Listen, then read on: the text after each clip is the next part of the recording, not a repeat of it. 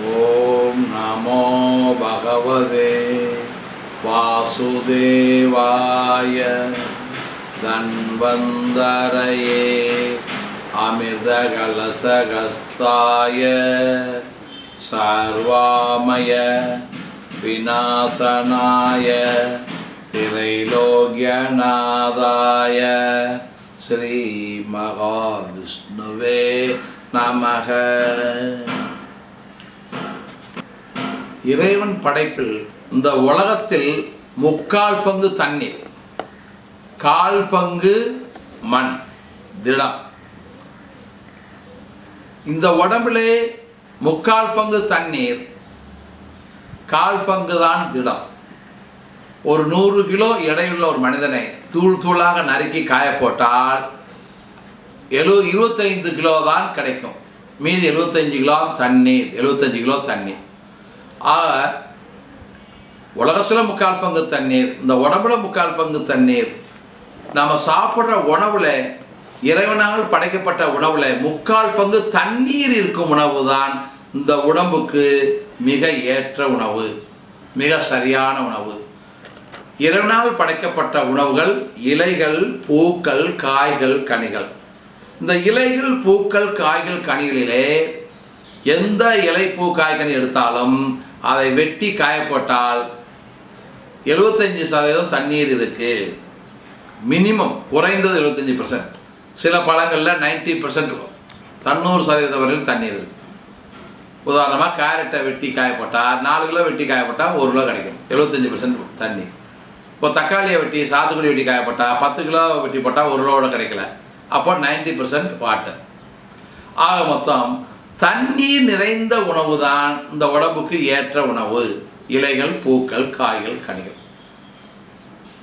இந்த உடம்புல மனிதனுக்கு வியாதியவும் excess load of carbohydrate, protein, fat. Carbohydrate என்ற மாவு பொருளை தேவையை விட அதிகமாக சாப்பிடுவதாலும், புரோட்டீன் என்ற புரத உணவை தேவையை விட அதிகமாக சாப்பிடுவதனாலும், ஃபேட் என்ற கொழுப்பு உணவுகளை தேவையை விட அதிகமாக சாப்பிடுவதனால்தான் இந்த உலகத்தில் உள்ள அனைவரும் நோயாளி ஆகின்றோம். அனைவருக்கும் மரணமே இந்த புரதம், மாவு பொருள், கொழுப்பு உணவுகள் அதிகமாக சாப்பிட்டு அதனால் வர்ற பக்க விளைவுகளே மனிதனுக்கு நோய்கள் அண்ட் மரணம் ரெண்டுமே. அதனால் இந்த திட உணவுகள் அத்தனையுமே கார்போஹைட்ரேட், புரோட்டீன், கொழுப்பு, ஃபேட் நிறைந்த உணவுகள். கார்போஹைட்ரேட் என்ற மாவு பொருளும், புரோட்டீன் என்ற புரதமும், ஃபேட் என்ற கொழுப்பும் நிறைந்த உணவுகள் தான் திட உணவுகள். தானியங்கள், பயிர்கள், எண்ணெய் வித்துக்கள். இந்த மூன்றுமே தினசரி நமக்கு நமது உணவிலே 25% தான் இருக்க வேண்டும். இதுதான் சரியான உணவு. ஒரு மனிதன் அன்றாடம் 1 கிலோ உணவு சாப்பிட்டால் ஒரு நேரத்தில் அந்த 1 கிலோ உணவில் 250 கிராம் தான் தானியங்கள், பயிர்கள், எண்ணெய் வித்துக்கள், திட உணவுகள் இருக்க வேண்டும். தானியங்கள், பயிர்கள், எண்ணெய் வித்துக்கள் அத்தனையும் திட உணவுகள். இலைகள், பூக்கள், காய்கள், கனிகள் அத்தனையும் திரவ உணவு, லிக்விட் ஃபுட். திரவ உணவுலையும் கார்போஹைட்ரேட், புரோட்டீன், ஃபேட் இருக்கு, இல்லை என்று சொல்லவில்லை. ஆனால் மிக மிக ரேஷியோ குறைவு. 1 கிலோ அரைக்கீரையில் கார்போஹைட்ரேட் 10 கிராம், புரோட்டீன் 10 கிராம், கொழுப்பு 10 கிராம், அந்த மாதிரி மிக குறைந்தது தான் இருக்கும். மீதெல்லாம் தண்ணி. அதனால் வைட்டமின்ஸ், மினரல்ஸ், மருத்துவ குணங்கள் நிறைந்தது இலைகள், பூக்கள், காய்கள், கனிகள். இந்த உணவில் 75% சாப்பிட வேண்டும். இந்த உடம்புல உள்ள ரத்தம் அத்தனைமேவும் காரத்தன்மை மிகுந்தவை. நம்ம உடம்புல 80% காரத்தன்மை இருக்கு, 20% தான் அமிலத்தன்மை. நம்ம உடம்புல உள்ள அமிலத்தன்மை 20%லிருந்து 25% கூடிவிட்டால் நோய் முற்றிவிடும். 25 விட அதிகமாகும் பொழுது, 26% வரும் பொழுது மனிதனுக்கு மரணமே வந்துவிடும். அதனால் அமில உணவுகளை எவ்வளவு குறைக்க முடியுமோ அவ்வளவு குறைக்க வேண்டும். கார உணவுகள் தான் நமக்கு மனிதனுக்கு சரியான உணவு. கார உணவு என்பது இலைகள், பூக்கள், காய்கள், கனிகள்.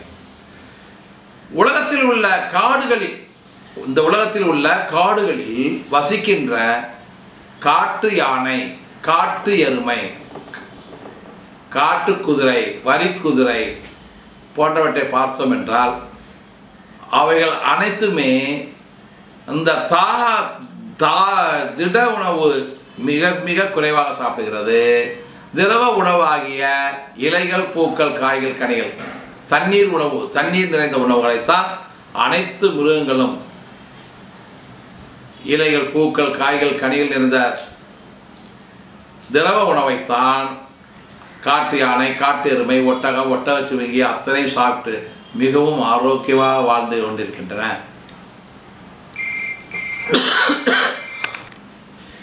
இப்பொழுது மனிதனின் சரியான உணவு என்று எடுக்கும் பொழுது ஒரு பிளேட்டில் 5 கப்பு எடுத்துக்கொள்வோம்.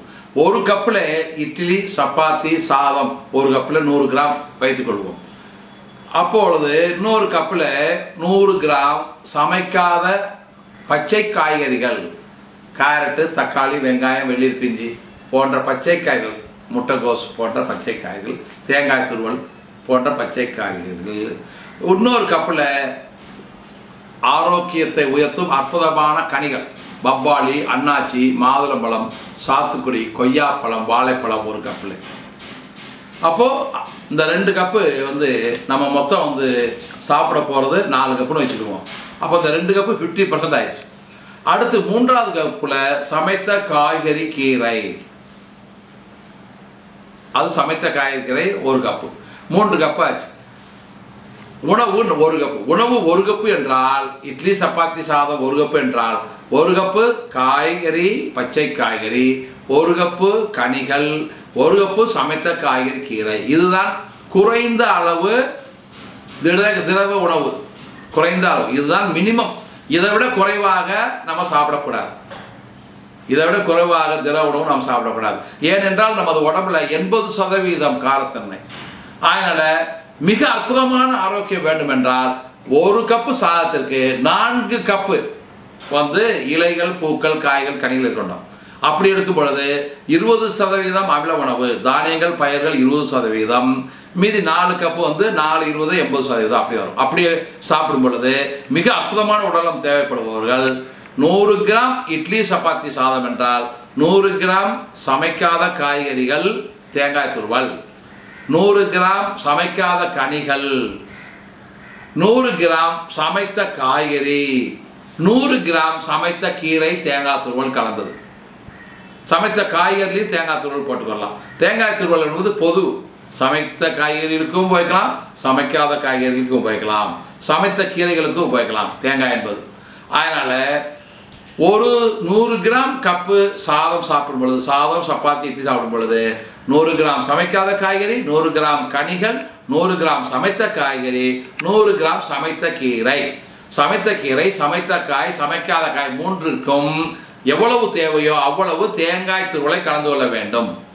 இதுதான் மிக மிக அற்புதமான உணவு பட்டியல். இந்த மாதிரி 100 கிராம் சாப்பிட்டு எனக்கு பத்தவில்லை, எல்லாத்தையும் 100 கிராம் போட்டு 5 கப்பு சாப்பிட்றேன், 500 கிராம் சாப்பிட்டேன், 500 கிராம் பத்தவில்லை என்றால் மேற்கொண்டு 50 கிராம் எடுத்துக்கொள்ளலாம். ஆனால் எல்லாத்தையும் 50 கிராம் எடுத்துக்கணும்.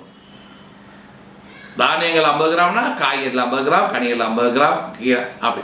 அதாவது ஒரு டீஸ்பூன் சாதம் சாப்பிட்டால் அடுத்த டீஸ்பூன் பச்சை காய்கறி, அடுத்த டீஸ்பூன் கனிகள், அடுத்த டீஸ்பூன் சமைத்த காய்கறி, அடுத்த டீஸ்பூன் சமைத்த கீரை. இப்படி 5 டீஸ்பூன் முடிந்த பிறகுதான் மீண்டும் 1 டீஸ்பூன் சாதம், சப்பாத்தி, இட்லிக்கு போக வேண்டும். அப்போ 1 டீஸ்பூன் திட உணவு சாப்பிடும் பொழுது 4 தேக்கரண்டி, 1 தேக்கரண்டி திட உணவு இட்லி, சப்பாத்தி, சாதம் சாப்பிட்டால் 4 தேக்கரண்டி சமைக்காத காய்கறிகள் 1 தேக்கரண்டி, சமைக்காத கனிகள் 1 தேக்கரண்டி, சமைத்த காய்கறி 1 தேக்கரண்டி, சமைத்த கீரை 1 தேக்கரண்டி. இந்த மாதிரி சாப்பிட்டால் நீங்கள் எவ்வளவு வேண்டுமானாலும் சாப்பிடலாம். அப்படி சாப்பிடும் பொழுது அளவுக்கு மீறினால் அமிர்தமும் நஞ்சு என்று கேள்விப்பட்டிருக்கோம். அப்போ ஒரு மனிதனுக்கு எவ்வளவு உணவு தேவைப்படுகிறது என்பதை பார்த்தோம் என்றால், உதாரணமாக கார்போஹைட்ரேட் உணவு 50 கிராம் சாப்பிடுகிறோம் என்று வைத்துக்கிறோம். நமது பட்டியல் 70. Slide number power point presentation slide number 70 விளக்கமாக தந்துள்ளேன். நாம் தினசரி உணவில் கார்போஹைட்ரேட் 50 கிராம் சாப்பிடுகிறோம் என்று வைத்துக்கொள்வோம். 1 கிராம் கார்போஹைட்ரேட் மாவு பொருள் உணவு வந்து 4 கலோரி. அப்படினால் 50 கிராமுக்கு 200 கலோரி. புரதம் புரோட்டீன் வந்து 40 கிராம் சாப்பிடுகிறோம் என்று வைத்துக்கொள்வோம். 1 கிராம் புரோட்டீனுக்கு 4 கலோரி. 40 கிராமுக்கு 40 × 4 160 கலோரி. கொழுப்பு வந்து 30 கிராம் சாப்பிட்றோம் வைத்துக்கொள்வோம். 30 கிராம் கொழுப்புக்கு 2 மடங்கு கலோரி கார்போஹைட்ரேட் புரோட்டீனை விட. 1 கிராம் கொழுப்புக்கு 8 கலோரி. 30 கிராம் கொழுப்புக்கு 240 கலோரி. ஆக மொத்தம் மாவு பொருள் கார்போஹைட்ரேட் 50 கிராம், புரோட்டீன் 40 கிராம், கொழுப்பு 30 கிராம். 50 40 30 மூன்றையும் கூட்டினால் 120 கிராம். இந்த 120 கிராம் திட உணவு. இதுதான் இட்லி, சப்பாத்தி, கொலாப்புட்டு, இடியாப்பம், இந்த மாதிரி திட உணவு. அப்போ 120 கிராம் திட உணவு சாப்பிட்டால் குறைந்தது 3 மடங்கு, அதிகபட்சம் 4 மடங்கு இலைகள், பூக்கள், காய்கள், கனிகள் சாப்பிட வேண்டும். அப்போ 120 கிராம் திட உணவுக்கு எத்தனை கலோரி கிடைக்குது? கார்போஹைட்ரேட்டில் 200 கலோரி, புரோட்டீனில் 160 கலோரி, கொழுப்பில் வந்து 240 கலோரி, 600 கலோரி மொத்தம். அதனால் 120 கிராம் திட உணவுக்கு 600 கலோரி கிடைக்கிறது. இந்த 120 கிராம் திட உணவை நாம் ஜீரணித்து ஆரோக்கியத்தை வளர்க்க வேண்டும் என்றால் மினிமம் 360 கிராம் இலைகள், பூக்கள், காய்கள், கனிகள் வேண்டும். மினிமம், இதை விட குறையக்கூடாது. அப்போ 360 கிராம் இலைகள், பூக்கள், காய்கள், கனிகள் சாப்பிட்டோம் என்றால் அந்த 360 கிராம் 1 கிராமுக்கு வந்து 1/4 கிராம் முதல் 1/2 கிராம், 1/4 கலோரி முதல் 1/2 கலோரி தான் கிடைக்கும். இலைகள், பூக்கள், காய்கள் 1/2 கலோரி என்று வைத்து கொண்டால் கூட 360 கிராமுக்கு 180 கலோரி, குறைந்தது அதிக ஒரு 150 கலோரி கிடைக்கும். 360 கிராம் இலைகள், பூக்கள், காய்கள், கனிகளில் 150 கலோரி கிடைக்கும். ஆக மொத்தம் 120 கிராம் திட உணவு, 360 கிராம் திட உணவு, மொத்தம் 450 கிராம். 120 கிராம் திட உணவில் 600 கலோரி, 360 கிராம் திட உணவில் 150 கலோரி, ஆக மொத்தம் 750 கலோரி. 450 கிராம் உணவு ஒரு ஆளுக்கு போதுமானது. 450 இந்த 450 கிராம் உணவில் 750 கலோரி கிடைக்கிறது. 750 கலோரி ஒரு நாளைக்கு ஒரு நேரத்துக்கு சாப்பிட்டால் ஒரு மனிதனுக்கு மிக மிக போதுமானது. அதுவே அதிகம், இதை விட அதிகமாக சாப்பிடக்கூடாது. அப்போ ஒரு நேரத்துக்கு 750 கலோரி என்றால் இந்த மாதிரி 2 நேர சாப்பாடே ஒரு மனிதனுக்கு போதுமானது. ஆரோக்கியமாக வாழ நினைக்கும் ஒரு மகான், ஒரு ஞானி இந்த மாதிரி உணவு ஒரு நாளைக்கு ஒரு உணவு போதும். ஒரு நேரம் சாப்பிட்டால் யோகி, 2 நேரம் சாப்பிட்டால் போகி. ஒரு மனிதன் கணவன், மனைவி, குழந்தைகளுடன் வாழ்பவனுக்கு 2 நேரம் இந்த மாதிரி உணவு 750 1500 கலோரி போதுமானது. உடல் உழைப்பாளிக்கு இதை போல 3 மடங்கு உணவு. 750 கலோரியில் 3 மடங்கு 2250 கலோரி போதுமானது. ஆக மொத்தம் உழைப்பாளிக்கு 3 நேர உணவு. உழைக்காமல் வேலை செய்யும் ஆஃபீஸ் வேலை, பேங்க் வேலை, கவர்மெண்ட் ஆஃபீஸ் வேலை, இந்த மாதிரி வேலை செய்பவர்களுக்கு ஒரு நாளைக்கு 2 உணவு. மகான், ஞானி, தவம் இருப்பவர்களுக்கு, தவ யோகிகளுக்கு, மகான்களுக்கு தினசரி 1 நேர உணவு. இதுதான் மிகவும் சரியான உணவு. இந்த மாதிரி உணவை பின்பற்றி நான் வாழ்ந்தால் இயற்கை மருத்துவம், மூலிகை மருத்துவம், உணவு மருத்துவத்தில் 300 ஆண்டுகள் வரை இளமையுடன் கிழவன் கிழவையாகாமல் வாழலாம். அனைவரும் முயற்சி செய்வோம். திட உணவுகளை குறைத்து திட உணவுகளை அதிகப்படுத்தி சாப்பிட்டு ஆரோக்கியம் வாழ கற்றுக்கொள்வோம். வணக்கம். மனிதன் தன்னுடைய தவறான உணவு பழக்கத்தினால் நரை, திரை, மூப்பு, வியாதிகளை வரவழைத்துக் கொள்கிறான். நரை என்றால் முடி நரைப்பது, காக்கா கருப்பு என்றால் உயிருள்ளவரை கருப்பு தான், கிளி பச்சை என்றால் உயிருள்ளவரை பச்சை தான், நரைக்கவில்லை. உலகத்திலேயே முடி நரைக்கும் ஒரு உயிரினம் யார் என்றால் மனிதன் மட்டும்தான். மனிதனை தவிர எந்த உயிரினத்திற்கும் முடி நரைப்பது இல்லை. அடுத்து திரை, கேட்டராக்ட். மனிதனுக்கு மட்டும்தான் வயதான பிறகு கண்ணு தெரிய குறைவு, கண் பார்வை குறைகின்றது, கண்ணு மறைகின்றது, கண் பார்வை மறைகின்றது. அது திரை என்று பெயர் அதற்கு, கேட்டராக்ட். இப்போ காடுகளில் வாழ்கின்ற மிருகங்கள், கழுகு, பூனை, காட்டு யானை, காட்டு குதிரை, மாடு, காளை மாடு, அனைத்திற்கும் இரவில் கூட கண்ணு தெரியும். இரவில் அமாவாசையில் கூட காளை மாடு வண்டி பாதையில் கரெக்டாக ஓடும். பூனை வந்து இருட்டில் ஓடும், கழுகு வௌவால் எல்லாம் இருட்டில் பறந்து செல்லும்.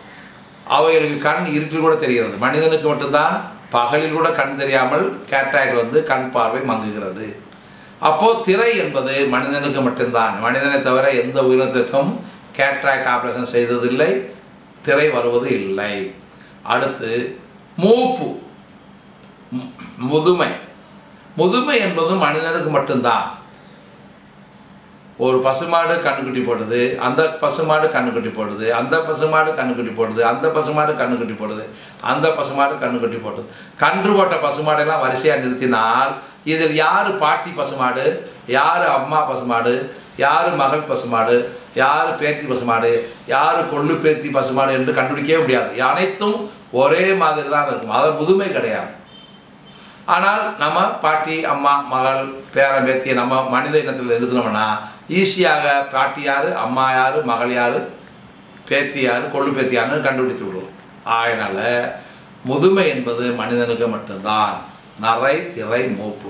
அடுத்து வியாதிகள். காடுகளில் வாழ்கின்ற மிருகங்களுக்கு சக்கரை வியாதி, பிபி, ஆஸ்மா, தோல் வியாதி, மூட்டு வலி, பைல்ஸ், அல்சர் என்று எதுவுமே இல்லை. மான் எவ்வளோ வேகமாக ஓடுது, அதுக்கு மூட்டு வலியே வரவில்லை. குதிரை எவ்வளோ வேகமாக ஓடுகிறது, அவர்களுக்கு மூட்டு வலியே வரவில்லை.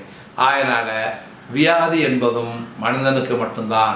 மனிதனை தவிர உலகத்தில் உள்ள எந்த மிருகங்களுக்கும் வியாதி வருவதில்லை. மனிதனுக்கும் மனிதனால் வளர்க்கப்படும் மிருகங்கள் அத்தனைக்கும் வியாதி வரும். ஏனென்றால் இவனுடைய உணவைத்தான் இவனுடைய ஆடு, மாடு, கோழி அவளுக்கு தருகிறான். ஆகையினால மனிதனுக்கும் மனிதனால் வளர்க்கப்படும் மிருகங்களுக்கு மட்டும்தான் நோய். மனிதனால் வளர்க்கப்படாத எந்த மிருகத்திற்கும் நோய் வருவதே இல்லை. இதிலிருந்து உலகத்தில் உள்ள எல்லா உயிரினமும் ஆரோக்கியமாக வாழ்ந்து கொண்டிருக்கின்றன. அவருடைய சரியான உணவை தேர்ந்தெடுத்து சாப்பிடுவதனால். மனிதனும் மனிதனால் வளர்க்கப்படும் மிருகங்கள் தான் தன்னுடைய சரியான உணவை தவறவிட்டதினால் அவர்களுக்கு வியாதி. அதனால் இப்போது மனிதனுக்கு வியாதி வருவதற்கு காரணம் நம்ம அவருடைய உணவில் சேரும் உப்பு, புளி, காரம், எண்ணெய், சர்க்கரை. இதுதான் நரை, திரை, மூப்பு வியாதிகளுக்கு முக்கிய காரணம். அப்போ உப்பு என்ன செய்ய வேண்டும்? ஒரு நாளைக்கு நமது உடம்பு அதிகபட்சம் 5 கிராம் தான் ஜீரணிக்கும் உப்பை. அதனால் 3 கிராம் சந்தோஷமாக சாப்பிடலாம். ஒரு மனிதன் ஒரு நாளைக்கு 3 கிராம் உப்பு சந்தோஷமாக சாப்பிடலாம். அதிகபட்சம் 5 கிராம். நம்ம ஒரு ஹோட்டலில் போய் சாப்பிட்டோம்னா, ஒரு உணவகத்தில் போய் காசு கொடுத்து சாப்பாடு சாப்பிட்டா குறைந்தது ஒரு சாப்பாட்டில் 15 கிராம் முதல் 25 கிராம் உப்பு இருக்குது. ஒரு கூட்டு பொரியல் சுவையாக இருக்கணும் என்பதற்காக 1 கிலோ கூட்டுக்கு 4 கிலோ உப்பு போடுவான், பயங்கர உப்பு கறிக்கும். திருப்பி அதில் ஒரு 4 கிலோ மிளகாத்தூளை போட்டால் உப்பு இருக்காது, காரத்தூள் மிளகாத்தூளும் இருக்காது, காரமும் இருக்காது, உப்பும் இருக்காது. அதனால் டேஸ்ட்டாக இருக்கும் ஆனால் கூட்டு பொரியல். ஆனால் உப்பும் எவ்வளவு நம்ம சாப்பிடுவோமோ அதோட பல மடங்கு அதிகம். மிளகாத்தூளும் நம்ம எவ்வளவு ஜீரணிக்குமோ அதோட பல மடங்கு அதிகம். ரெண்டும் கலக்கும் பொழுது உப்பு சுவையும் இருக்காது, மிளகாத்தூள் சுவையும் இருக்காது. சுவையான ஒரு குருமா, சுவையான கூட்டு பொரியல் கிடைக்கும்.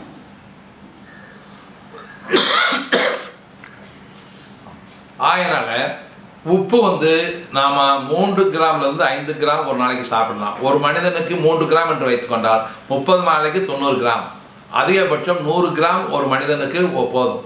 வீட்டில் கணவன், மனைவி, 2 குழந்தைகள் இருந்தால் ஒரு மாதத்திற்கு 400 கிராம் உப்பு. இதுதான் போதுமான உப்பு. இதை விட அதிகம் போனால் 500 கிராம், அவ்வளோதான். கணவன், மனைவி, 2 குழந்தைகளுக்கு ஒரு மாதத்திற்கு உப்பு அளவு 500 கிராம். இதை விட அதிகமாக உப்பு சேர்ப்பவர்கள் அனைவருக்கும் நோய்கள் அதிகமாகும். உப்பில்லாத உணவுகள் மிக அற்புதமான ஆரோக்கியத்தை தரும். உப்பு அதிகமாக அதிகமாக அதிகமாக உடம்பில் நோய்கள் அதிகரிக்கும்.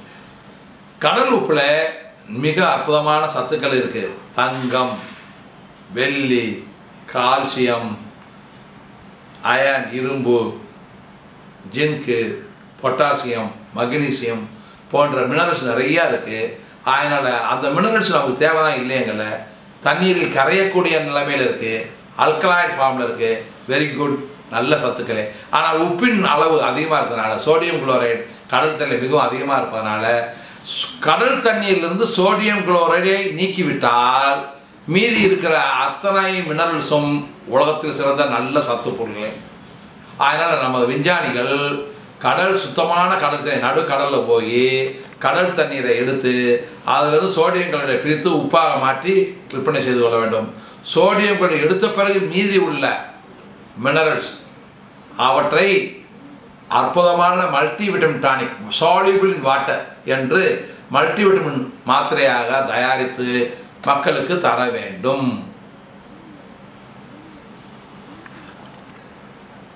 அப்படி செய்தால் கடல் நீர் மனிதனுக்கு தேவையான அற்புதமான டானிக்காக மாற்றிவிடலாம்.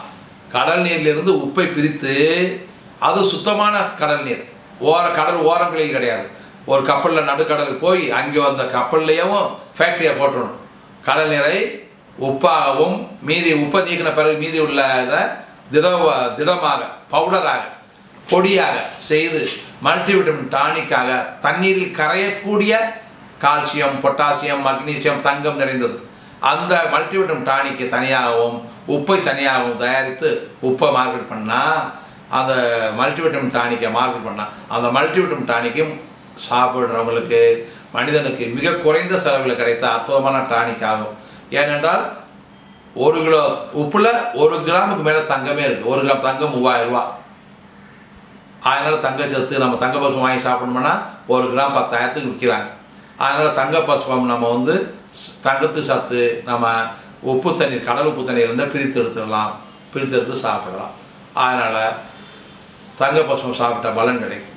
அதனால் உப்பு என்பது கடல் உப்பு 1 கிலோ, கல்லுப்பு என்ற கடல் உப்பு 1 கிலோ, பாறை உப்பு, பாறைகளில் கிடைக்கும் சத்துக்கள் கடலில் உள்ள உப்பில் கிடையாது, கடலில் உள்ள உப்பில் பாறை உப்பில் உள்ள சத்துக்கள் கிடையாது. அதனால் பாறை உப்பு என்ற பாறை உப்பு ராக் சால்ட் அதில் 1 கிலோ எடுத்துக்கலாம்.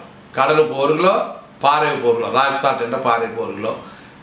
கருப்பு உப்பு காலா நமக் என்ற கருப்பு உப்பு ஒரு 100 கிராம் எடுத்துக்கொண்டு 2 கிலோ 2 உப்பு, 1 கிலோ கடல் உப்பு, 1 கிலோ பாறை உப்பு, 100 கிராம் கருப்பு உப்பு, மூன்றையும் இடித்து தூளாக்கி பவுடர் ஆக்கி சலித்து வைத்துக்கொள்ள வேண்டும்.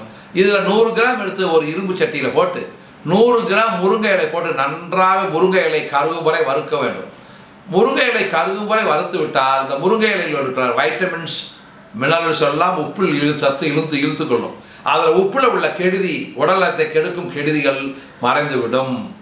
அப்போ உப்பு மூலிகை உப்பாக மாறிவிடுகிறது. நன்றாக முருங்கைக்கீரை கருகும் வரை வறுத்து விட்டால் காஞ்ச பிறகு பிடைத்தோம் என்றால், காற்றுப்பாடும்படி செய்தால் பிடைத்தோம் என்றால் காய்ந்த முருங்கை இலையெல்லாம் ஓடிவிடும், உப்பு மட்டும் கிடைக்கும். அந்த உப்பை நாம் மூலிகை உப்பு என்று சமைப்பதற்கு பயன்படுத்தலாம். இந்த மூலிகை உப்பை சமைப்பதற்கும் ஊறுகாய் தயாரிப்பதற்கும் பயன்படுத்தி கொண்டோம் என்றால் நம்ம உப்பினால் வரும் கெடுதிகளிலிருந்து விடுதலை பெறலாம், உப்பினால் வரும் வியாதிகளிலிருந்து விடுதலை பெற்றுக்கொள்ளலாம். அடுத்து புளிப்பு சுவை நிறைந்த உணவுகளை நம்ம விரும்பி சாப்பிட்றோம். உதாரணமாக இட்லி புளிக்கிற மாவு, இட்லி தோசை கூட புளிப்பு சத்து மிக நிறைந்தது. இன்று இட்லி மாவு அரைச்சி வைக்கிறோம், தோசை மாவு அரைச்சி வைக்கிறோம், நாளைக்கு புளிச்சிருது, நாளைக்கு மறுநாள் மிகவும் புளிச்சிருது, அதுக்கு அடுத்த மறுநாள் ரொம்ப ரொம்ப புளிப்பு, அதுக்கு அடுத்த மறுநாள் சாப்பிட முடியாத அளவுக்கு புளிப்பு. அதனால் புளிப்பு சத்துக்கள், ஆசிட் சத்து, அமில உணவுகள் நிறைந்தது தான் மாவு பொருள். அதனால தான் இந்த அமிலச்சத்தை தான், இந்த புளிப்பு சுவையைத்தான் அமில உணவு என்று சொல்கின்றோம். அவற்றில் 20% தான் நம்ம உணவு தேவை. தினசரி உணவில் 100%ல் 20% தான் அமில உணவு தேவை. அதனால் புளிப்பு சத்துக்களுக்கு அது தானியங்கள் பயிர்களிலிருந்து கிடைக்கும் புளிப்பு சத்தை விட இலைகள், பூக்கள், காய்கள், கனியிலிருந்து கிடைக்கும் புளிப்பு சத்து தான் உலகத்தில் சிறந்த டானிக். அதனால் உலகத்தில் சிறந்த புளிப்பு வந்து நம்ம அன்றையும் சமையலுக்கு உபயோகப்படுது டேமரின் என்ற புளியம்பழம். புளியம்பழம் வந்து ஆரோக்கியத்துக்கு, புளியம்பழம் அதிகமாக சாப்பிட்டால் நரை, திரை, மூப்பு வியாதிகள் மிக வேகமாக வரும். மனிதனுக்கு நரை, திரை, மூப்பு வியாதிகளை உண்டாக்குவதே புளியம்பழம் தான். அந்த புளியம்பழத்துக்கு பதில் அந்த புளியம்பழத்தில் இருக்கிற டார்டாரிக் ஆசிட் புளிய இலையில கிடையாது. புளிய இலை வந்து குளோரோபில் இருக்குது, பச்சையம் இருக்குது, அதில் இருக்கிற புளிப்புச்சுவை வேறு, புளியம்பழத்தில் இருக்கிற புளிப்புச்சுவை வேறு, டார்டாரிக் ஆசிட் வேறு. அந்த டார்டாரிக் ஆசிட் வந்து புளிய இலையில மிக கிடையாது. ஆகையினால புளிய இலையை உருவி காய போட்டு மாவாக்கி பவுடராக்கி இந்த பொடியைத்தான் புளியம்பழத்துக்கு பதில் சமைக்க பயன்படுத்த வேண்டும். புளிய மரத்தில் ஒரு நல்ல முற்றிய கிளைகளை வெட்டி விட்டால் புது கிளைகள் உற்பத்தி ஆகும். அந்த புது கிளைகளில் புளிய கொழுந்து டெண்டர் லீவ்ஸ், புதியம் கொழுந்து வரும். அந்த புளியம் கொழுந்தை உருவி காயப்பட்டு வைத்து கொண்டால் சாம்பார் கூட்டு பொரியல் பண்ணுவதற்கு இந்த புளியம் கொழுந்தை போட்டு சமைத்தால் உலகத்தில் சிறந்த சுவை கிடைக்கும். புளியம்பழம் தேவையே படாது. புளியம்பழத்துக்கு பதில் புளியம் கொழுந்து, மிகவும் அற்புதமான புளிப்பு சுவை. அடுத்து புளியம் கொழுத்துக்கு அடுத்து புளிச்சக்கீரை என்ற கோங்குரா. கோங்குராவை நறுக்கி சாம்பார் கூட்டு பொரியல் செய்யும் பொழுது ஒரு 1% 2% அளவு, மேக்சிமம் அதிகபட்சம் 10% வரையிலும் நாம் 1 கிலோ காய்கறிக்கு ஒரு 50 கிராம் 100 கிராம் புளிச்சக்கீரை, 1 கிலோ சாம்பாருக்கு 50 கிராம்லேருந்து 100 கிராம் புளிச்சக்கீரை இப்படி நறுக்கி போட்டோம் என்றால் புளியம்பழம் தேவைப்படாது.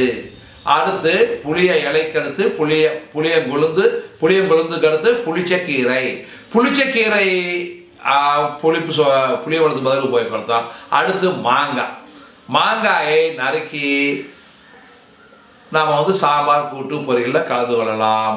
மாங்காய் புளிப்பு மிக அற்புதமான, மாதா ஊட்டாத உணவை மாங்காய் ஊட்டும் என்பது பழமொழி.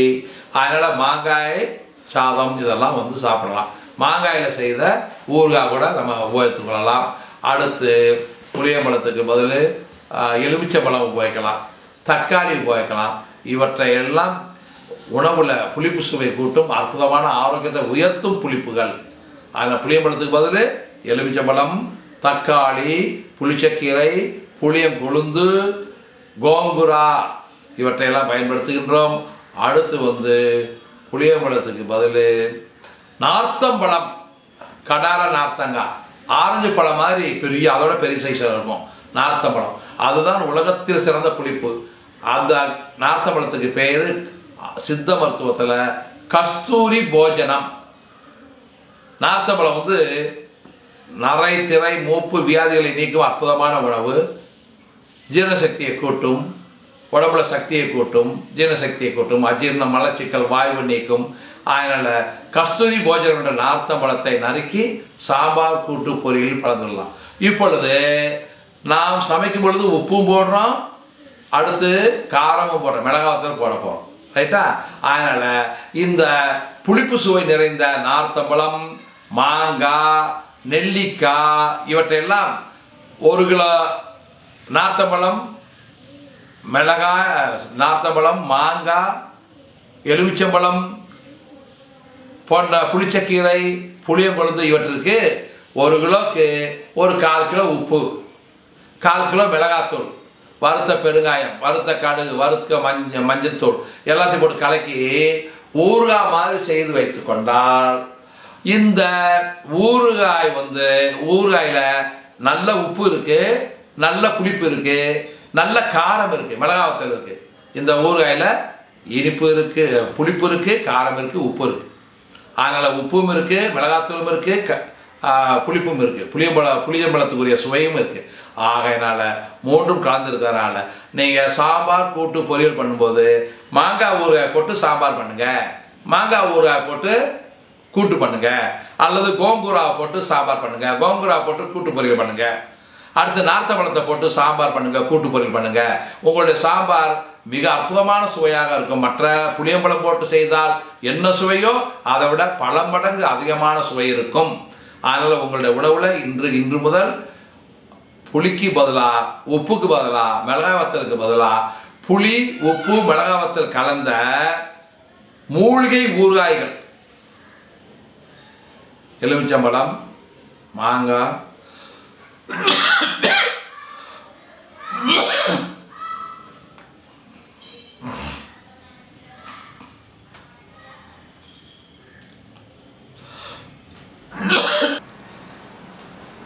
ஆனால் தினசரி உணவில் நாம் உப்பு, புளி, காரம் 3 சேர்க்கிறோம் அல்லவா? இந்த உப்புக்கு பதிலாகவும் புளிக்கு பதிலாகவும் மிளகாய் வத்தல் காரத்துக்கு பதிலாக உப்பு, மிளகாய் வத்தல் கலந்த எலுமிச்சம்பழ சாறு விட்டு ஊறுகாய்கள் தயாரித்து கொள்ள வேண்டும். மாங்காய் ஊறுகாய், நார்த்தம்பழ ஊறுகாய், கேரட் ஊறுகாய், பூண்டு ஊறுகாய், இந்த மாதிரி ஊறுகாயை தயாரித்து வைத்துக்கொண்டு அந்த ஊறுகாயை சாம்பார் கூட்டு பொரியலில் உப்பு, புளி, காரத்துக்கு பதிலாக உபயோகிக்கலாம். ஏன்னா இதில் என்ன இருக்குது? உப்புக்கு உப்பு சேர்க்குறோம், புளியம்பழத்துக்கு பதில் எலுமிச்சம்பழம் சேர்க்குறோம், காரத்துக்கு பதில் மிளகாத்தூள் சேர்க்குறோம். அப்போது இந்த மூன்றும் கலந்து இருக்கிறதுனால நீங்கள் உப்பு சாம்பாருக்கு போடுவதுக்கு பதிலாக மிளகாவத்தில் சாம்பாருக்கு போடுவதற்கு பதிலாக ஒரு உலகத்தில் சிறந்த மருத்துவ குணம் நிறைந்த மூலிகைகளினால் ஆன உப்பு புளி காரத்தின் கூட்டுத்தொகையாக பூண்டு ஊறுகாய், மாங்காய் ஊறுகாய், எலுமிச்சம்பழ ஊறுகாய், நார்த்தம்பழ ஊறுகாய், கோங்குரா இவற்றை சாம்பார் கூட்டு பொரியலில் கலந்து சமைக்க கற்றுக்கொண்டோம் என்றால் உலகத்தில் சிறந்த சுவை, உலகத்தில் சிறந்த ஆரோக்கியம், நரை திரை மூப்பு வியாதி இல்லாமல் வாழும் அதற்கு ஒரு வாய்ப்பு எல்லாம் கிடைக்கின்றது. அடுத்து காரம், மிளகாய் வத்தல் காரம். மிளகாய் வத்தல் காரம் அதிகமாக சாப்பிட்டால் குடலில் அல்சர் என்ற குடல் எரிச்சல், அல்சர் குடல் புண் உண்டாகிவிடும். அதனால் அல்சர் உண்டாகாமல் இருப்பதற்கு மிளகாய் வத்தல் 1 கிலோ என்றால் 1 கிலோவுக்கு 1 கிலோ கொத்தமல்லி விதை, கோரியாண்டர் சீட், தனியா விதை என்ற கொத்தமல்லி விதையை 1 கிலோ மிளகாய் வத்தலுக்கு 1 கிலோ கலந்து கொள்ள வேண்டும். அத்துடன் 1/4 கிலோ மிளகு, 1/4 கிலோ சீரகம் கலந்து அரைத்து வைத்து கொண்டால் இதுதான் உடம்பு சுக்கு. 1/4 கிலோ சுக்கு, 1/4 கிலோ சுக்கு, 1/4 கிலோ மிளகு, 1 கிலோ மிளகாய் வத்தல், 1 கிலோ கொத்தமல்லி விதை இவற்றையெல்லாம் கலந்து அரைத்து வைத்து கொண்டால் இதுதான் ஆரோக்கியத்தை கெடுக்காத மிளகாய் பொடி. இவற்றையெல்லாம் கலந்தது மிளகாய் பொடி. இந்த மிளகாய் பொடியை தான் மிளகாய் பொடிக்கு பதிலாக போடணும். அது ஆரோக்கியத்தை கெடுக்காத மிளகாய் வத்தல் பொடி. மிளகு புளிக்குழம்பு வைக்கும் பொழுது தனியாக கொத்தமல்லி விதை பொடி தனியாக போட வேண்டும் என்றால் அதை தனியாக சேர்த்துக்கொள்ளணும். இதில் கொத்தமல்லி விதை போட்டிருக்கவங்களுக்காக அதை குறைத்து கொள்ளக்கூடாது. இதில் இருக்கிற காரத்தில் உள்ள கெடுதியை நீக்குவதற்காகத்தான் இதில் கொத்தமல்லி விதையை கலந்து கொள்வோம். 1 கிலோ மிளகாய் வத்தல், 1 கிலோ கொத்தமல்லி விதை, அடுத்து 1/4 கிலோ சுக்கு, 1/4 கிலோ மிளகு கலந்து 1/4 கிலோ சீரகம் கலந்து அரைத்து வைத்து கொண்டால் அற்புதமான காரப்பொடி மிளகாய் வத்தல் பொடி. இந்த பொடியைத்தான் நம்ம சாம்பார் கூட்டு பொரியலில் கலந்து கொள்ள உபயோகிக்க வேண்டும். அப்போது உப்பு புளி காரத்தினால நம்ம உடம்புக்கு கிடைக்கிற கஷ்டங்கள் நஷ்டங்களை நீக்க கற்றுக்கொண்டோம். அடுத்து உப்பு புளி காரம், எண்ணெய். இந்த உலகத்தில் எந்த உயிரினமும் எண்ணெய் சாப்பிடுவதில்லை. எண்ணெய் வித்துக்களைத்தான் அனைத்தும் சாப்பிடுகின்றன. நாமும் உதாரணமாக ஒரு காளை மாடு, எருவு மாடுக்கு தினசரி பின்னாக்க போட்டால் கொழு கொழுண்டு வாழ்கின்றது, நன்றாக பால் கறக்கின்றது. அதே காளை மாடு, எருவு மாடுகளுக்கு எள்ளுக்கு நல்லெண்ணெய்க்கு பதிலாக பின்னாக்குக்கு பதிலாக நல்லெண்ணெய் ஒரு 100 மில்லி அல்லது கடலை பின்னாக்கு பதிலாக கடலை எண்ணெய் 100 மில்லி வாயில் ஊற்றினோம்னா காளை மாடு, எருவு மாடுலாம் பால் கறக்க மாட்டேங்குது, நடக்க முடியலை, நோய்வாய்ப்பட்டு விடுகிறது. அதனால் பின்னாக்கில் இருக்கிற சத்து இவ்வளவு, பின்னாக்கு எள்ளு விதையிலிருந்து வர்ற எண்ணெயில் இருக்கிற சத்து கொழுப்பு மட்டும்தான், இவ்வளவுதான். கொழுப்பில் இருக்கிற சத்துக்கள் இவ்வளவு என்றால் பின்னாக்கில் இருக்கிற சத்து இவ்வளவு. ஆகையினால நாம் எண்ணெய் வித்துக்களைத்தான் சமைக்க பயன்படுத்த வேண்டுமே தவிர எண்ணெயை சமைக்க பயன்படுத்துவது ஆரோக்கியத்துக்கு உகந்தது அல்ல. நல்லெண்ணெய் எள்ளிலிருந்து வருகிறது. எள்ளை தண்ணீரில் ஊற போட்டு நைட்டில் துணியில் கட்டி வைத்து மறுநாள் காலையில் முளைச்சிருக்கும். முளைத்த எள்ளை மிக்சியில் போட்டு அரைத்து, இந்த எள்ளு அரைத்த எள்ளை சாம்பார் கூட்டு பொரியல் கலந்து கொள்ளலாம். வேர்க்கடலை காலையில் ஊற போட்டு நைட்டில் துணியை கட்டிவிட மறுநாள் துணியில் கட்டி வைத்தால் மறுநாள் காலையில் முளைச்சிருக்கும். அல்லது மறுநாள் காலையில் துணியில் தண்ணி முக்கி காய போட்டு தொகை போட்டு மறுநாள் இரவிலும் தண்ணீர் மூச்சு விட்டு 3வது நாள் நன்றாக முளை வந்திருக்கும். அப்போ முளைத்த வேர்க்கடலையில் உள்ள எண்ணெய் சத்துக்கள் எல்லாம் காய்கறி கீரையாக மாறிவிடுகிறது. அதில் இருக்கிற பித்தமெல்லாம் நீங்கி விடுகிறது. அதில் இருக்கிற காஸ்னோஜன் என்ற விஷப்பொருட்கள் எல்லாம் நீங்கி விடுகிறது. ஆகையினால வேர்க்கடலை சாப்பிட வேண்டும், சமைக்க வேண்டும் என்று நினைத்தால் முளைக்கட்டி தான் உபயோகிக்க வேண்டும். முளைக்கட்டும் பொழுது வேர்க்கடலையில் இருக்க பித்தம் மறைந்து விடுகிறது. அதில் உள்ள எண்ணெய் சத்துக்கள் காய்கறி கீரையாக மாறிவிடுகின்றது. அதனால வேர்க்கடலை உபயோகிக்கும் பொழுது வேர்க்கடலை முளைக்கட்டி தான் உபயோகிக்க வேண்டும். முளைத்த வேர்க்கடலை மிக்சியில் போட்டு அரைத்து சாம்பார் கூட்டு பொரியலுக்கு பயன்படுத்தி கொள்ள வேண்டும். முளைத்த வேர்க்கடலையை காய போட்டு உலர்த்தி எண்ணெயை எடுத்தால், செக்கில் போட்டு எண்ணெய் பிழிந்தால் எண்ணெய் வராது. ஏன்னா எண்ணெய் எல்லாம் என்ன ஆகிறது, காய்கறி கீரையாக மாறிவிடுகிறது. அதனால் வேர்க்கடலை முளைக்கட்டி சாம்பார் கூட்டு பொரியல் பண்ண உபயோகித்தோம்னால் சுவை பல மடங்கு. எண்ணெயை ஊற்றி எண்ணெயை உபயோகித்து சமைத்தால் எவ்வளவு சுவையோ அதை விட பல மடங்கு அதிகமான சுவை எண்ணெய் வித்துக்களை அரைத்து ஊற்றினால், தேங்காயை அரைத்து ஊற்றுதல், வேர்க்கடலை அரைத்து ஊற்றுதல், சூரியகாந்தி விதையை அரைத்து பால் பிழிந்து அந்த பாலை விட்டு சமையல் செய்தல், எள்ளை அரைத்து விட்டு சமையல் செய்தல், இதுவாக உலகத்தில் சிறந்த அற்புதமான ஆலோசனைகள். ஆரோக்கியம் தரும் சமையல் உணவுகளில் இந்த மாதிரி நாம் பயன்படுத்தி கொள்ள வேண்டும். அப்போது உப்பு, புளி, காரம், எண்ணெய்க்கு பதில் எண்ணெய் வித்துக்களை உபயோகிக்க கற்றுக்கொண்டோம். அடுத்து சர்க்கரை. வெள்ளை சர்க்கரை தான் உலகத்தில் மிக கொடிய விஷம். வெள்ளை சர்க்கரையுடைய pH வேல்யூ 4. அதை நம்முடைய ரத்தத்துடைய pH வேல்யூ 7.4 இருக்க வேண்டும். 7.4 விட 0.1 குறைந்து 7.3க்கு வந்தாலே மரணம். ஆகையினால 7.4 pH வேல்யூ குறைக்காமல் பார்த்து கொள்வதற்கு வெள்ளை சர்க்கரை சாப்பிடவே கூடாது. வெள்ளை சர்க்கரைக்கு பதிலாக பனை வெல்லம், கரும்பு வெல்லம், அச்சு வெல்லம், பேரிச்சம்பழம் இவற்றைத்தான் உபயோகிக்க வேண்டும்.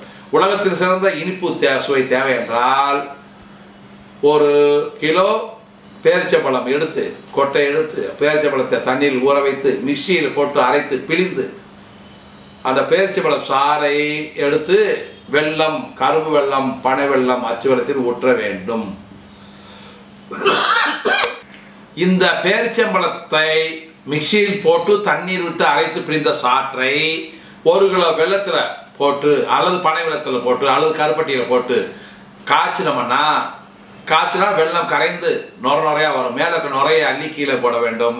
அந்த காய்ச்சின உடனே பாகு கிடைக்குமா, அந்த பாகு கொஞ்சம் தண்ணியாக இருக்கும். அதை வடிகட்ட வேண்டும். வடிகட்டினா மண் இருக்கும், மண்ணை வடிகட்டி கீழே தள்ளி விட வேண்டும். அப்போ மீண்டும் அந்த பாகை காய்ச்சினோம்னா தேன் பதத்திற்கு வந்தவுடன், கம்பி பதம் தேன் பதத்துக்கு வந்தவுடன் அந்த பாகை எடுத்து ஒரு எவசிலர் பாத்திரத்தில் ஊற்றி வைத்துக் கொள்ள வேண்டும். இப்பொழுது இந்த வெள்ளப்பாகு தான் என்ன கலந்துருக்கு?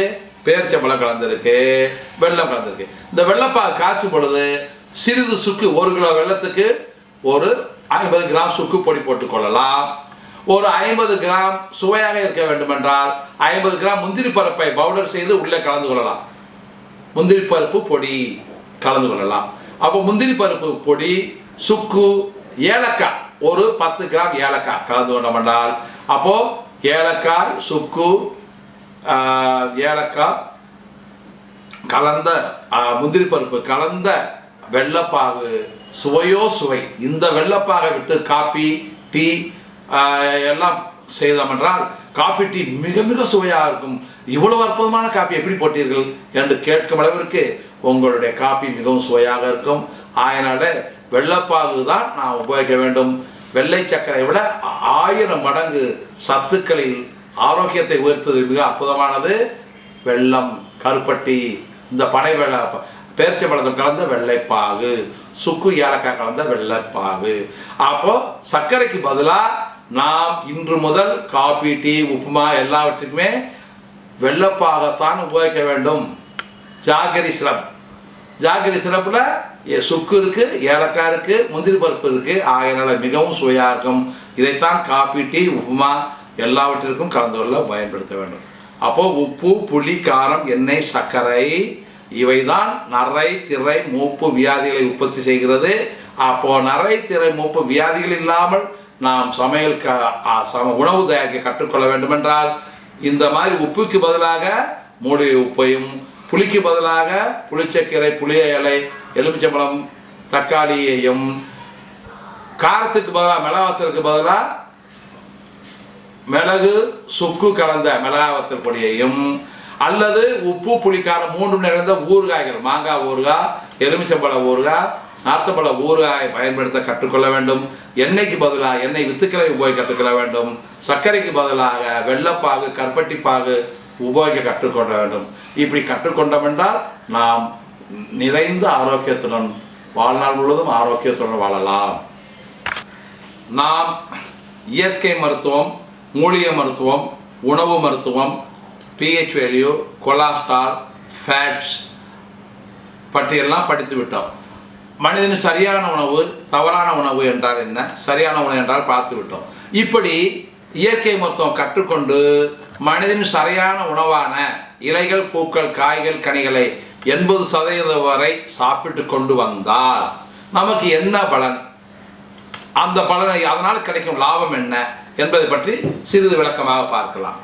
தி benefits of miracles and miracle benefits, அற்புதங்கள், அதிசயங்கள், இயற்கை உணவு சாப்பிடுவதால் நமக்கு கிடைக்கும் லாபங்கள், அதை பற்றி இப்பொழுது பார்க்கலாம். இந்த மாதிரி இயற்கை உணவு சாப்பிடுவதனால நமது சிறுநீர் மலத்தில் உள்ள துர்நாற்றம் மறைகின்றது.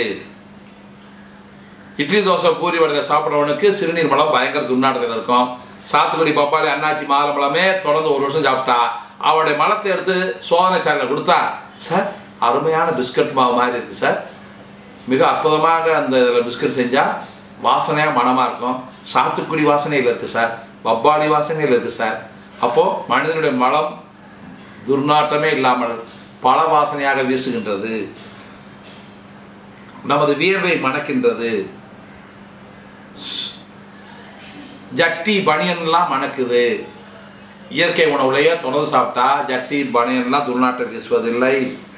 தி sensitiveness of all our organs will increase. கண் பார்க்கும் சக்தி, காது கேட்கும் சக்தி, மூக்கு சுவாசிக்கும் சக்தி, நுகரும் சக்தி, இவையெல்லாம் இந்த இயற்கை உணவு மிக அற்புதமாக இருக்கிறது. உதாரணமாக ஒரு காளை மாடு, எருமை மாடு, கோழி, ஆடு இவற்றை நம்ம வீட்டிலிருந்து 1 மைல் தூரம் அழைத்து கொண்டு சென்று 1 மைல் தூரம் சென்ற பிறகு நீங்கள் மறைந்து கொண்டால் அந்த ஆடு, மாடு, கோழி, பூனை, நாய் அத்தனை வீட்டுக்கு வந்துவிடும், பாதை தெரியும். ஆனால் நம்ம குழந்தைகளை 1 மைல் தூரம் விட்டு கலட்டு அழைத்து கொண்டு அங்கே விட்டோம்னால் வீட்டுக்கு வர பாதை தெரியாது. ஏனென்றால் அவைகளுக்கு ஐம்புலன்கள், கண்ணு, காது, மூக்கு போன்றவை மிக அற்புதமான சக்தி படைத்தவை. எந்த பாதையில் போனோம் என்று அந்த மூக்கின் சுவையை வைத்தே, மனத்தை வைத்தே கண்டுபிடித்து வந்துவிடும். அதனால் ஒரு 4 பக்கெட்டு வீட்டில் தொங்க போட்டு 1 பக்கெட்டில் மட்டும் சர்க்கரை, வெள்ளை சர்க்கரை போட்டால் எறும்புகள் அந்த 1 பக்கெட்டை மட்டும் கண்டுபிடித்து ஏறிவிடும். ஆனால் நம் மனிதனால் இந்த 4 பக்கெட்டில் எந்த பக்கெட்டில் சர்க்கரை இருக்குது என்று சொன்னால் கண்டுபிடிக்க தெரியாது. அப்போது திருடன் கண்டுபிடிக்கிறதுக்கு போலீஸ் நாய் பயன்படுகிறது. போலீஸ் நாய் அற்புதமாக திருடன் எங்கே திருடனா, அந்த நகை எங்கே புதைச்சான் எல்லாம் கண்டுபிடிச்சு சொல்லுது. ஆனால் மனிதனால் சொல்ல தெரியவில்லை. அப்போது கண், காது, மூக்கு அத்தனையுமே மிருகங்களுக்கு அற்புதமாக இருக்கிறது மனிதனை விட. அதனால் இந்த அறிவு இயற்கை உணவில் அதிகரிக்கும். நீங்கள் வீட்டில் இருக்கும் பொழுது, படுக்கையறையில் படுத்துக்கொண்டு இருக்கும் பொழுது, சமையல் அறையில் பால் பொங்கி அடுப்பு அணைந்து விட்டால் கேஸ் லீக் ஆகிற வாசனையை நீங்கள் படுக்கையறையிலிருந்து கண்டுபிடித்து விடுவீர்கள். உடனே கிச்சனில் போய் பாரு, பால் பொங்கி அடுப்பு அணைஞ்சிருச்சு போல, கேஸ் வாடை அடிக்குது என்று சொல்வீர்கள். ஆனால் இட்லி தோசை பூரி வடை சாதம் சப்பாத்தி சாப்பிட்றவனுக்கு இந்த வித்தியாசத்தை கண்டுபிடிக்க முடியாது.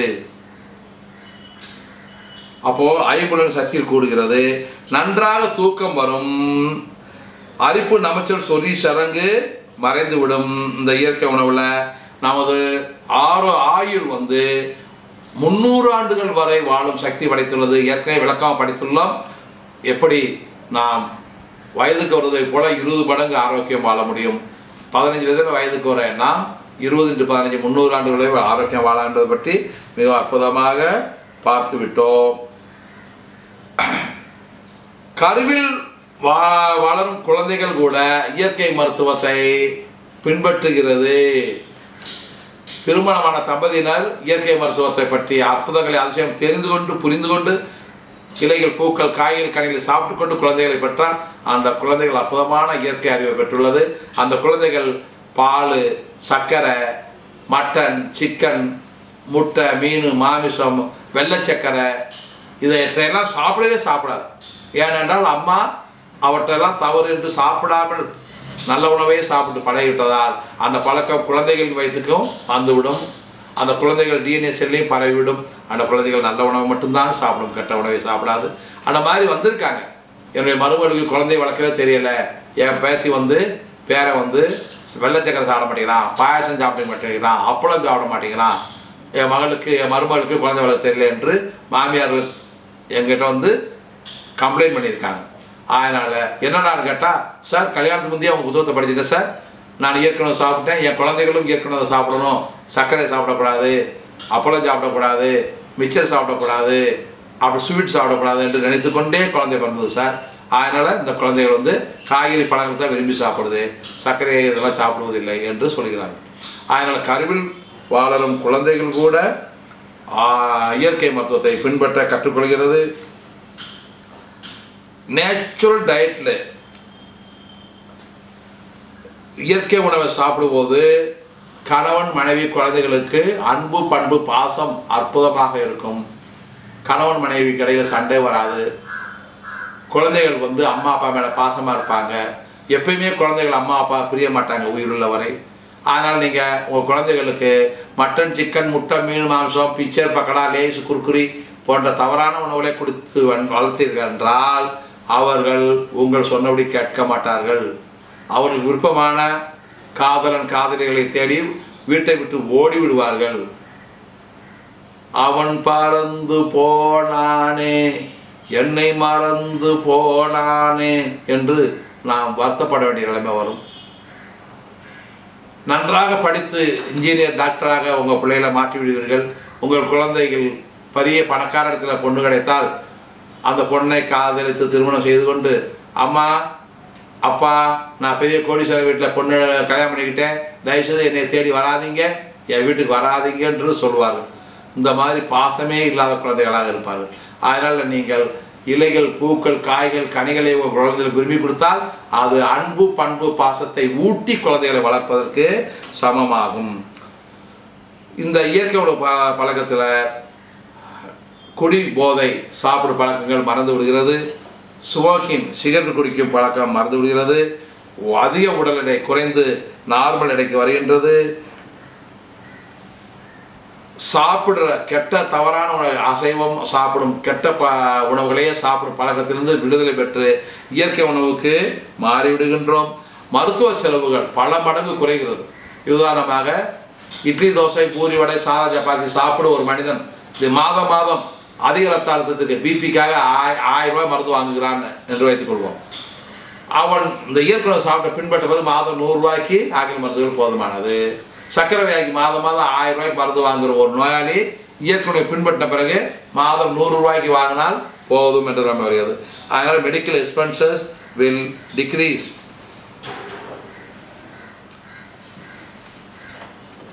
சிறைச்சாலைகளை பழைச்சோலைகளாக மாற்றிவிடலாம்.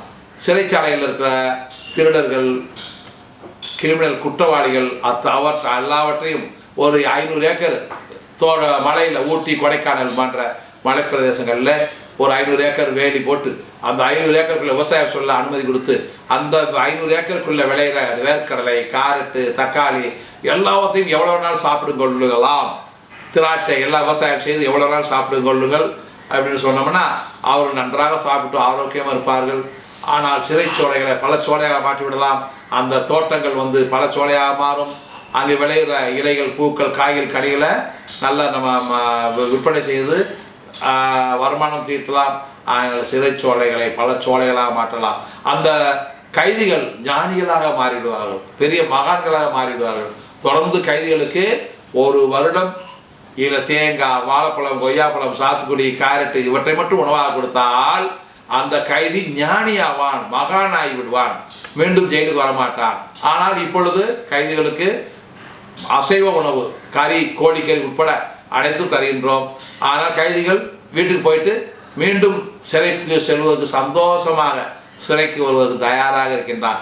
மீண்டும் தப்பு செய்து தண்டனை பெற்று சிறைச்சாலை போனால் கறி கிடைக்கும், ஆட்டுக்கறி கிடைக்கும், கோழிக்கறி கிடைக்கும் என்று தவறு செய்து மீண்டும் வருகின்றான். அந்த அளவுக்கு. அதனால் சிறைச்சாலைகளை பல சோலைகளாக மாற்றிவிடலாம்.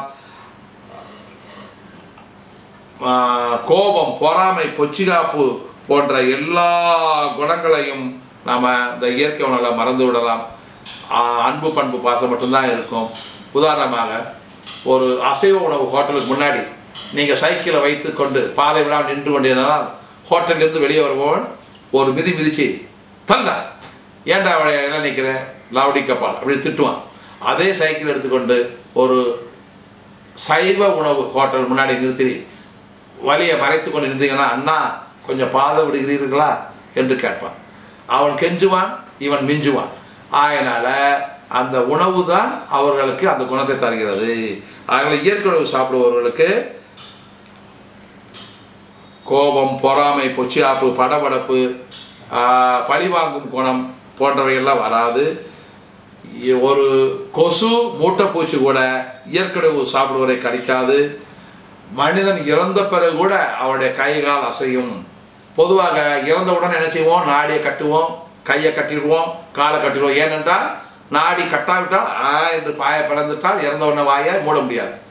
அப்போ கையை இப்படி பிறந்து விட்டால் கையை ஒட்ட முடியாது, கால் நகண்டு விட்டால் காலை சேர்க்க முடியாது. அதனால் இறந்த உடனே காலை கட்டுவோம், கையை கட்டுவோம், நாடியை கட்டிடுவோம். ஆனால் இயற்கை உணவில் இருப்பவனுக்கு கை காலை கட்ட வேண்டிய அவசியமே இல்லை. ஒரு நாள் ஆனாலும் கை கால் அசையும். அதனால் இறந்த பின்னும் கை கால் அசைக்கக்கூடிய சக்தி படைத்தது இயற்கை உணவு. Cholesterol, excess cholesterol will become normal. தைராய்டெல்லாம் ஒழுங்காக சுரக்கும். All over organs will produce hormones and endocrine glands, நாளமிலா சுரப்பு எல்லாம் அற்புதமாக வேலை செய்யும். வாதம், பித்தம், கபம் போன்ற வியாதிகள் எல்லாம் மறைந்துவிடும். செர்விக்கல், லம்பார் ஸ்பாண்டிடிஸ் போன்ற வியாதிகள் எல்லாம் மறைந்துவிடும். ஈவன் பாம்பு, ஆடு, மாடு போன்ற மிருகங்கள் கூட இலைகள், பூக்கள், காய்கள், கனிகளும் சாப்பிடும் மனிதனுக்கு தலை வணங்கும். அதில் புத்தர், மகாவீரர் போன்ற மகான்கள் மடியில் போய் பாம்பு படுத்துருக்கும் பாருங்க. ஆடு மாடெல்லாம் உரசிட்டு நிற்கும் பாருங்க. புலிசிங்கம் கூட அவர்கள் மகான்களுக்கு மடியில் வந்து பக்கத்தில் நின்று கொண்டு ஆசீர்வாதமாகும். அதனால் மிருகங்கள் உட்பட அனைத்தும் இலைகள், பூக்கள், காய்கள், கனிகள் சாப்பிடுபவர்களுக்கு பாசத்துடன் அன்புடனும் நடந்து கொள்ளும். இவ்வளவு அற்புதமான இயற்கை உணவை சாப்பிட்டு வாழ்நாள் முழுவதும் ஆரோக்கியமாக வாழ்வோம் என்று வேண்டிக் கொள்கிறேன்.